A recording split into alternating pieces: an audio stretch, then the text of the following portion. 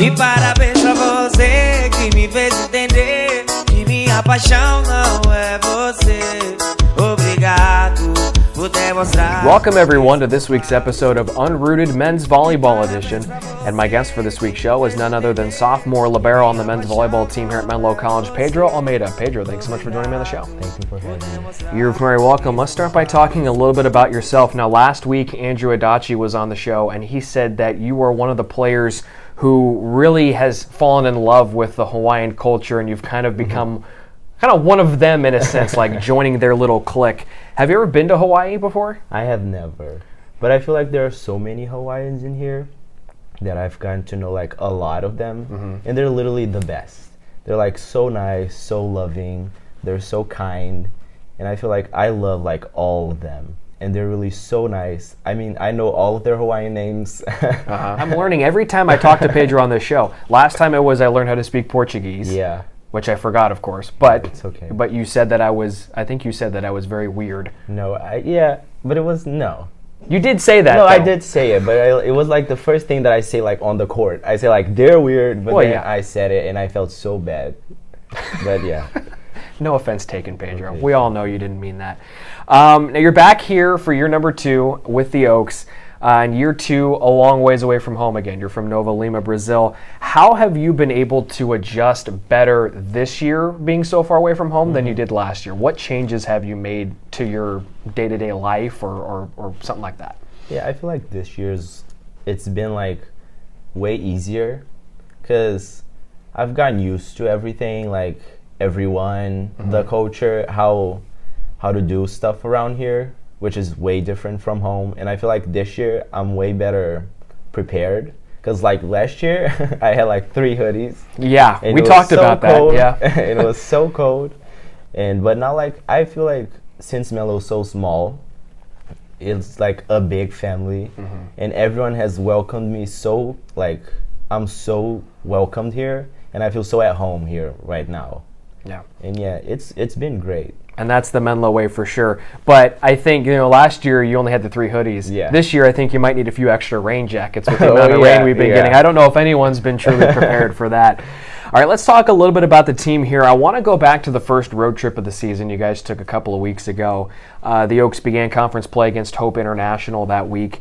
It was the first road trip of the year, first time all season you're going somewhere other than just here in the Bay Area. So what was that trip like for you guys, and how much of a difference was it playing on the road as opposed to the first month of the season where you were all at home? Yeah, I mean, it was pretty fun. It's always fun being on the road, like going places we don't know, different gyms, different atmosphere.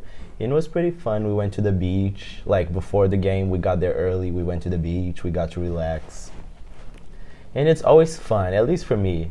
I love playing in a place that the crowd is against us because they're all yelling at us and we got like kills or I get a dig and I feel great. And it's great. I actually love playing like away.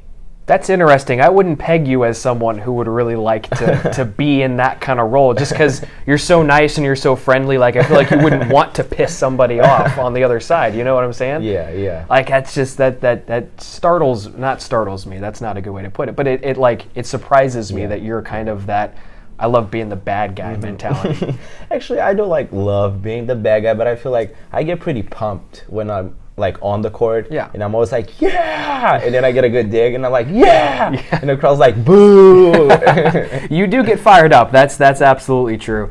Last week, the Oaks picked up your first ever GSAC win against OUAZ in a bounce back effort. How were you able to put Friday's loss in 3 sets behind you and come back and play so well the next night? I feel like we knew that Benedictine was a great team. Like, they're ranked number 5 in the nation, I think, and we knew that it was going to be like a hard match. So I feel like we just didn't let that hold us down from doing what we know we can do, because I feel like it was a completely different game, and I feel like we didn't let that affect us, like the loss the other night. For sure. Yeah. Now, this year's team seems to be so much more dangerous on the attack than last year's team. It's made you guys more well-rounded, I'd say, overall. What can you say about the way the team has developed into a better hitting team from year 1 to year 2? I mean, we got Eddie, which he gets like a lot of kills. That helps. Yeah. But I feel like all three of our pins, like both Akash and Eddie in the outside and Colin on the right side, they're pretty good pins. So we get like, even if we don't have a perfect pass, they're able to get kills even though it's not perfect. And I feel like our middles have gotten a lot better, like a lot better. And like Chase and Dom, they're doing a great job. And even Ryan and Ben, when they go in, they're doing a great job. And it kind of helps because they help hold the middle in the middle. And so our pins get just one blocker. And it helps a lot. Yeah, you go one-on-one with any of those guys, and it's pretty much game over at that point. The Oaks are winning that point. You're back in conference play again this weekend. You take on UC Merced as part of a doubleheader on Saturday. You already beat the Bobcats once in non-conference action, so what are you expecting from them this time, knowing that the stakes are higher? I mean, I feel like it's going to be a completely different game. It was our second game of the season, I think, and it's definitely going to be different. They're definitely gotten better. They went to 5 with Hope.